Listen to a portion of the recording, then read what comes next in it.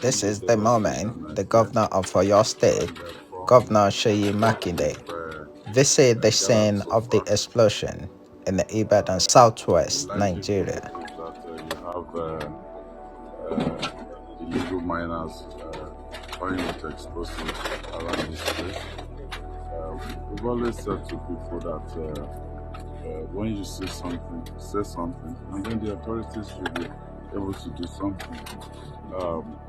This is quite unfortunate. At this stage, is just to rescue anyone that is still under the rubble here, and also the people that have been taken to the hospital to give them care, and also some of the people who have their houses destroyed, provide temporary accommodation for them at hotels within the city.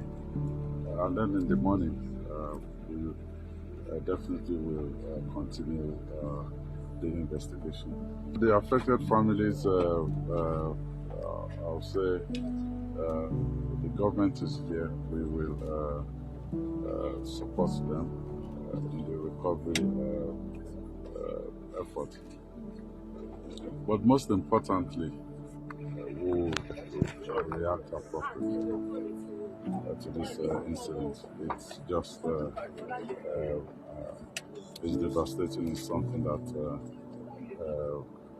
it's difficult to wrap one's head